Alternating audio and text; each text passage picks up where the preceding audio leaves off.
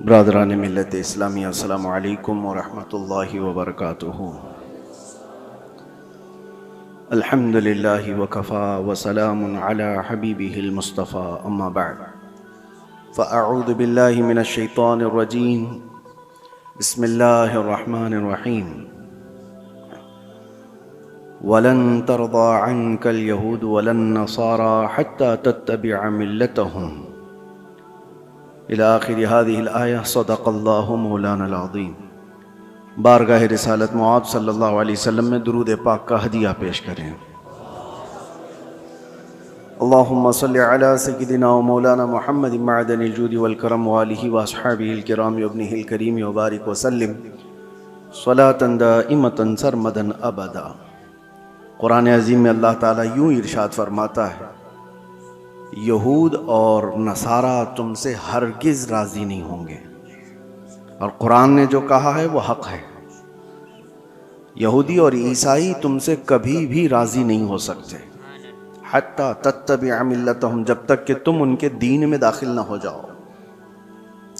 कुछ लोग दूसरों की रज़ा के लिए, दूसरों की खुशी हासिल करने के लिए अपने आप को बदल लेते हैं, लेकिन आप क्या समझते हो कि तुम्हारी जी हुजूरी करने से कोई कौम राज़ी हो जाएगी? कुरान कहता है वो राज़ी नहीं होंगे। आज के इन हालात पर मैं आपसे एक बात कहना चाहता हूँ। अल्लाह तबारक व तआला ने कुरान अज़ीम में जो फरमाया वो हमारे लिए बहुत बेहतरीन गाइडलाइंस हैं। उसको सामने रख कर के ही अपनी ज़िंदगी के फ़ैसले लेने चाहिए। हालात जो पूरी दुनिया के चल रहे हैं मुसलसल आप देखते होंगे। वक्त की सुपर पावर कहलाने वाला अमेरिका किस तरह बार बार धोखा देता है वो सबको पता है। सुबह एक स्टेटमेंट है, शाम में एक स्टेटमेंट है, जो बोला उस पर कोई कानून नहीं। और उनको बोलने वाली भी दुनिया खामोश है, क्योंकि बड़े लोग जुर्म करते हैं तो लगता है ये फैशन है, और छोटा आदमी थोड़ा सा फिसल भी जाए तो बहुत बड़ा गुनाह लगता है। बड़ी ताकतें जो कुछ करती हैं दुनिया उसको फैशन समझती है। वो अगर नंगे नाचे तो फैशन है, और अगर वो बग़ैर कपड़े के भी आए तो फैशन है। वजह यह है कि वो बड़े लोग हैं, पैसे वाले लोग हैं। हमारे एक साथी थे, वो कहते थे कि बड़े घर में, पीर साहब के घर में कोई पागल बच्चा भी पैदा हो तो उसको मजजूब कहते हैं। राल टपक रही हो, कुछ भी हो, क्योंकि बड़े घर का है। और छोटे घर का बच्चा थोड़ा इधर उधर फिसल भी जाए तो कहते हैं पागल हो गया है। तो ये दुनिया का मिजाज बना हुआ है। बड़ी ताकतों के असर पर लोग खामोश रहते हैं। आज आपके सामने मैं यही अर्ज करना चाहता हूं कि दुनिया की ताकतें अवाम पर बहुत असर करती हैं, बहुत ज़्यादा असर करती हैं। आप ये सोचते होंगे जब इलेक्शन आते हैं, फैसले होते हैं, अरे उससे हमारा क्या लेना देना, हम राजनीति में नहीं हैं, हम पॉलिटिक्स में नहीं हैं, हम सियासत में नहीं हैं। आप ये समझ करके बैठते होंगे, लेकिन मेरे अजीज़ों, हमारी ज़िंदगी पर सबसे ज़्यादा असर करने वाली कोई चीज़ है तो वो सियासत है, वो पॉलिटिक्स है। आप चाहो या ना चाहो इस खेल का आप हिस्सा बनी जाओगे। कल को जो ताकत इलेक्टेड होकर बैठती है, अरे मियाँ वो हमारे ज़िंदगियों के रोज़मर्रे के फैसले लिया करती है। आप समझ करके चलो। बहुत सारे लोग कहते हैं मौलाना को क्या ज़रूरत है सियासत पे बात करने की। मियाँ हम भी तो दुनिया का ये हिस्सा हैं, और हम भी तो जिस जगह जी रहे हैं वहाँ तो सियासत ही है। कल को फैसला कायम कर लिया जाएगा कि आपको सुबह इतने बजे उठना है, इतने बजे सोना है, पार्लियामेंट में फैसला हो चुका है, तो हमारी ज़िंदगी पर असर करेगा कि नहीं करेगा? जो कुछ भी है, आप ताजिर हैं, छोटे से बिजनेस करने वाले हैं। पार्लियामेंट में बैठ करके कोई भी बिल पास हो गया कि 1 लाख रुपए की आमदनी तुम्हारी हो रही है तो तुम्हें इतना टैक्स देना होगा, इतना फला देना होगा, तुम्हारे बिजनेस पर असर होगा कि नहीं होगा? तुम छोटे ही आदमी हो, लेकिन सियासत का असर पूरे कौम के ऊपर हमेशा हुआ करता है। आप हिस्सा नहीं हैं, आप इलेक्शन लड़ते भी नहीं हैं, वोट देते भी नहीं हैं, दूर रहते हैं। लेकिन मैं आपको बताता हूं, आपका बच्चा होगा, आप स्कूल भेजेंगे कि नहीं भेजेंगे? स्कूल की एजुकेशन पूरी कौन बनाता है? पार्लियामेंट बैठ करके बताती। एक एजुकेशन बोर्ड होगा पार्लियामेंट के जरिए से, और उस एजुकेशन बोर्ड यानी एजुकेशन मिनिस्टर भी तो होता है, उसके अंडर में पूरे मुल्क के अंदर क्या। इंटरनेट पर अक्सर चीज़ें जैसी दिखती हैं वैसी होती नहीं है। वैसे मैं बस इतना कहूँगा कि किसी भी नतीजे पर पहुँचने से पहले हमें पूरी सच्चाई और आधिकारिक खबरों का इंतजार करना चाहिए। सिलेबस चलना चाहिए, ये सब डिसाइड होगा। तो जो वो डिसाइड करेंगे वही आपके बच्चे को पढ़ाना पड़ेगा। तो सियासत का असर आया कि नहीं आया? आप हजार दूर भागते हो, लेकिन आपको कभी किसी से कोई भी मसला हो गया, कोई तकरार हो गई, चलें कुछ मसले ऐसे पेश आए, केस हो गया, कहाँ जाएंगे आप? अदालत में जाएंगे। आपको कोर्ट में जाना है। अदालत के पूरे जो आईन बने हुए हैं, कानून बने हैं, वो सियासत के असर में ही बने हुए हैं। आप इससे दूर नहीं जा सकते। मैं ये सारी तमहीद इसलिए अर्ज कर रहा हूं कि दुनिया में जो भी ताकत पर बैठता है उसका असर अवाम पर होता है। अब इस तमहीद को अगर समझ चुके हो तो आगे की बात सुनो गौर से, बहुत ध्यान से। किस लिए मैं कह रहा हूं? जब जब ताकत, बड़ी ताकत हुकूमत पर बैठती है तो अवाम की रोजमर्रा की जिंदगी पर तो असर होता ही है, लेकिन साथ ही साथ अकीदे पर भी असर हो जाता है, ईमान पर भी असर होता है। इसीलिए जब हुकूमत पर जब बड़ी ऐसी ताकतें आती हैं जिनका अकीदा बिल्कुल मुखालिफ हो तुम्हारे ईमान से, उसके बावजूद उसका असर देखने को मिलता है अवामुन नास पर। अब जो हालात उभर कर के आ रहे हैं, देखना, मेरी बात को आप याद रखें, मैं प्रिडिक्शन नहीं करता हूं, कोई भविष्यवाणी नहीं है, लेकिन दस्तूर ऐसा चला है। मैं आपसे कह रहा हूं, कल को अगर ईरान का दबदबा बढ़ता है तो फिर जो हालात पेश आने वाले हैं, मैं इसके मुखालिफत में ये नहीं कह रहा हूं वो नहीं होना चाहिए, नहीं होना चाहिए। हजारों लाखों वो लोग होंगे जो अपने अकीदे पर फिर से देखने पर मजबूर हो जाएंगे। अहले सुन्नत जमात के लिए एक बड़ा मसला भी होगा। ऐसे ही उससे 100 साल पहले जब सऊदी में वहाबी हुकूमत कायम हुई, पैसा, ताकत, सब कुछ उनके पास था, उलमा खरीदे गए, किताबें छपाई गईं, जन्नतुल बकी को बिल्डोजर से पूरा तहस नहस कर दिया गया, शिर्क के नाम पर बहुत सारी चीज़ों को ख़त्म किया गया। तो ताकत थी, हुकूमत आई, और एक दो नहीं, हजारों लाखों की तादाद में उनके अकीदे की बोली बोलने वाले लोग पैदा हो गए। सिर्फ अवाम नहीं, उलमा भी, बड़े बड़े मुफ्तियाने किराम जो मनसबदार है, वो सब दौलत के तहत में आ गए, ताकत के तहत आ गए। ये दुनिया का मामूल है, ये चलता रहेगा। कल को आप भी देखना, जब कोई पावर में आएगा तो उसकी तरफ बहुत सारी कौम हो जाएगी। वो बहुत रेयर लोग हैं जो अपने ईमान पर कायम रहते हैं, वो रसूलुल्लाह के दीवाने हैं। मेरे आका सल्लल्लाहु तआला अलैहि वसल्लम के सहाबा में उस वक्त आपको बिल्कुल इस बात का अपोजिट आपको दिखाई देगा। इसका अपोजिट, हुजूर ने जब ईमान की दावत दी तो सबसे पहले आपके पास आने वाले सहाबा गरीब थे, बहुत गरीब थे। और ऐसा नहीं कि हुजूर पाक सल्लल्लाहु तआला अलैहि वसल्लम का माल देख करके वो आए थे कि बड़ी ताकत के मालिक हैं, बड़े दौलत के मालिक हैं, इनके पास जाएं। नहीं, उस रसूल के पास वो आए थे जो पेट पर पत्थर बांधा करता। वो सहाबा उस रसूल के पास आए थे जो फाका कशी को ज्यादा तरजीह देता। रसूल करीम सल्लल्लाहु तआला अलैहि वसल्लम के साथ आ तो गए गरीब सहाबा, लेकिन उनके अपोजिट में कौन थे? अबू जहल बड़े पैसे वाला, अबू लहब बड़े पैसे वाला, सफवान बड़े पैसे वाला, इतने बड़े बड़े मालदार लोग वहां पर थे जो ये पूरे सहाबा की अकेले कफालत कर सकते थे, सारे सहाबा को वो अकेले पाल सकते थे। अब यहां पर मैं आपको बताता हूं, एक तरफ माल और पैसा और ताकत और कुव्वत है, और एक तरफ ये गरीब सहाबा की जमात है जो पीटी जा रही है, मारी जा रही है। सहाबा ने क्या किया, अल्लाह अकबर। वो मुझे बात याद आती है, खंदक के मौके पर 1 महीने से सहाबा खंदक खोद रहे थे, और जब जंग शुरू हुई 12,000 के करीब तादाद में मुशरिकीन आ गए खंदक के उस पार। उनको पता नहीं था ये खंदक वाली जंग है मुशरिकीन को। ये सहाबा ने नया तरीका इख्तियार किया था मदीने की हिफाजत के लिए कि वो खंदक अबूर करके मदीने में ना आ जाएं।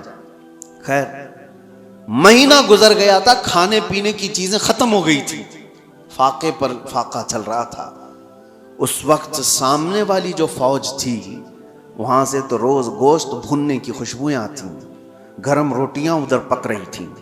वहां तो पैसा था, माल था, खाने की इफरात थी। सहाबा इधर भूखे हैं, प्यासे हैं, लेकिन तारीख में आप खोल करके देखो, एक सहाबी ने भी रसूलुल्लाह के ये कहा हो कि चलो उधर खाने की लजीज चीजें हैं, जाकर खा करके तो आए, उस तरफ उन्होंने चेहरा तक नहीं किया। हुजूर पाक सल्लल्लाहु तआला अलैहि वसल्लम ने उनसे कहा, ऐ मेरे सहाबा, मुझे पता है वो गोश्त की खुशबुएं तुम्हारी भूख को और बढ़ा देती होंगी, तुम्हारा सब्र टूटता होगा, सब्र करो। सहाबा ने क्या कहा, या रसूल अल्लाह सल्लल्लाहु तआला अलैहि वसल्लम, हम रोटी और बोटी के लिए इस जंग में आए होते तो यहां नहीं होते, वहां होते। हम आए हैं सिर्फ चेहरे रसूल के लिए। हमारी भूख का इलाज है मुस्तफा का चेहरा, हमारी बीमारियों का इलाज है मुस्तफा का चेहरा। इस दीन से उन्होंने एक बाल बराबर भी बगावत नहीं की। लेकिन वो अवाम की बात है कि जब जब ताकत किसी ऐसे गुमराह के पास भी आ गई तो उसकी गुमराही की तारीफ करने वाली एक जमात पैदा हो जाएगी। हाँ, एक जमात पैदा हो जाएगी। अरे दूर तो छोड़ो, हमारे इस मुल्क में कुछ सालों पहले एक कॉन्फ्रेंस हुई थी दिल्ली में, आपको पता नहीं होगा। उसमें बड़े बड़े उलमा और बड़े बड़े सूफियों को जमा किया गया था। और कॉन्फ्रेंस कराने वाले कौन थे? कॉन्फ्रेंस कराने वाले मुल्क के प्राइम मिनिस्टर थे। मुसलमानों की, सूफियों की, खानकाहों की कॉन्फ्रेंस कराई गई थी, ठीक है, उलमा भी उसमें शरीक। दोस्तों, इस वीडियो पर लोगों की बहुत अलग अलग राय आ रही है। कानून अपनी जगह काम कर रहा है और हम सब उम्मीद करते हैं कि सच सबके सामने आए और शांति बनी रहे। ठीक है, खानकाहों के गद्दी नशीन और गधे नशीन सब उसमें शामिल है। और शुरू हो रही है कॉन्फ्रेंस, तो मुझे हैरत होती है। कसीदा पढ़ने वाला कोई मौलवी कसीदा पढ़ता है बादशाह की शान में, खुदा करे कि तेरी उम्र को उम्र खिजर अता हो। ये दुआ दी जा रही है। मैं ये कहता हूं मेरे अजीजों, ये सारा मंजर एक तरफ, लेकिन जो मैं बात कह रहा हूं, ताकत और सियासत जब आ जाती है तो बहुत सारे लोगों के अकीदे पर भी असर पड़ता है। उस वक्त अपना अकीदा बचाना ये बहुत बड़ा चैलेंज होता है। आप क्या समझते हो, ये जो फिरके पैदा हुए दीन में, ये ताकत के असर से पैदा हुए हैं। जब सियासत पर, हुकूमत पर कोई गुमराह बैठ जाता है तो वो अपना अकीदा सब पर थोपने की कोशिश करता है। मुअतज़िला की जमात आई, मुअतज़िला एक फिरका है, वो कुरान को अल्लाह की मखलूक मानते थे कि कुरान फना हो जाएगा। बहुत सारे उनके अकीदे गुमराह थे। जब वो पावर पर आए, खलीफा बने या गवर्नर बने, तो उन्होंने अवाम को और उलमा को जबरदस्ती अपना अकीदा थोपा। और एक दौर ऐसा आया कि उलमा उनके हिसाब से फतवा देने लगे, उनकी तारीफें करने लगे कि ये हक जमात वाले लोग हैं। बादशाह आजम उनकी तारीफ में कसीदे पढ़े जाते थे। लेकिन मेरे अजीजों, पूरी पूरी कौम कभी गुमराह नहीं होती। हर जमाने में हक्कानी उलमा और रब्बानी उलमा मौजूद रहते हैं। मुअतज़िला की जमात पावर में थी, हुकूमत में थी, ताकत उनके पास थी, उलमा की जमात उनके पास थी। लेकिन उसी जमाने में हम देख रहे थे एक मर्द कलंदर हजरत सैयदना इमाम अहमद बिन हम्बल को, इमाम अहमद बिन हम्बल को बादशाह ने 100 कोड़े मारे थे पीठ पर, और उसके बाद दूसरा आया उसने मारा, फिर तीसरा आया उसने मारा। कोड़े किस तरह से मारे जाते थे, उनकी रीढ़ की हड्डी झुक गई थी। इमाम है जिनको 5 लाख हदीसें हुजूर की याद थी, वो आम आदमी नहीं थे। इमाम अहमद बिन हंबल जिनको रसूलुल्लाह की 5 लाख हदीसें याद थी, सिर्फ इसलिए कि वो ताकत और हुकूमत के तहत रह करके उनकी बोली नहीं बोलना चाहते थे। इमाम अहमद बिन हंबल को एक बार कोड़े मारने के टाइम पे उनके दोनों हाथ यूं जंजीर पर बांधे जाते थे और लुंगी पहने हुए होते थे, तहबंद, नंगी पीठ पर जल्लाद कोड़े मारता था। और जब मारे जा रहे थे, एक दिन ऐसा भी हुआ कि आपकी लुंगी, आपकी तहबंद नीचे उतरने लग गई, ढीली हो गई, आपकी आंखों में आंसू आ गए हैं कि क्या मैं बेसतर हो जाऊंगा। एक आलिम रब्बानी जो कोड़े खा रहा है शरीयत मुस्तफा की हिफाजत के लिए, तहबंद नीचे गिरने लगी, आपको रोना आ गया, कोड़ों के जख्म से नहीं, दर्द से नहीं, तहबंद के नीचे होने से। अचानक देखा गया 2 हाथ गैब से आए और उनकी तहबंद को कस के बांध दी। और जो आपकी आंखों में आंसू थे, अचानक आप मुस्कुराने लगे। जल्लाद पूछता है कि हुआ क्या, तुम तो अभी रो रहे थे और अभी हंसने लग गए हो। उसने आपने हाथ छोड़ दिए। इमाम कहते हैं तू अपना काम जारी रख, तू अपना काम जारी रख, तुझे जो करने के लिए किया, करने के लिए कहा गया कर। इसलिए कि मैं जिसके लिए कोड़े खा रहा हूं वो हाथ मेरे पास आ चुके हैं। मेरे अजीजों, आज के बाद आपके साथ भी ये चीज आने वाली है, पावर और हुकूमत। इसलिए कि पिछले आप 10 साल पीछे जाएंगे तो एक जमात थी जो बार बार तबलीग कर करके तुमसे कहती थी मक्का में ऐसा है, मदीने में ऐसे है, आप क्यों यहां अलग करते हो। मक्का और मदीने में पावर, हुकूमत जिसके हाथ में है वो चाहते हैं कि पूरा का पूरा अपना अकीदा पूरी दुनिया पर थोपे। ऐसा नहीं होगा। पूरी दुनिया पर वही रंग गालिब आएगा जो मेरे मुस्तफा ने पैदा किया है। तुम्हारा रंग नहीं गालिब आएगा। तुम्हारी ताकत जब तक रहेगी, तुम्हारा पैसा जब तक रहेगा, भिखारी तुम्हारे मुरीद हो सकते हैं, ईमान वाले लोग नहीं हो सकते।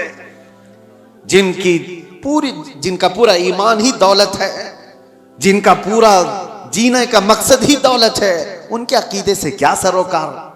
वो कल को कुछ और होंगे, आज को कुछ और होंगे। ये आपके लिए मैं पहले से बता रहा हूं, आने वाले दौर में अगर कोई और बदअकीदगी फैलती है तो मेरे अजीजों आज से ही अपने गठरियां बांध। मुफ्ती सलमान जहरी का बैन अच्छा हो तो लाइक एंड सब्सक्राइब जरूर करें। वीडियो को अपने दोस्तों में शेयर करनी। चलिए कुरान पाक की तिलावत करते हैं। अऊज़ु बिल्लाहि मिनश शैतानिर रजीम, बिस्मिल्लाहिर रहमानिर रहीम। व अंतुम तालमून व आक़िमुस सलाता व आतुज़ ज़काता वर्राकीन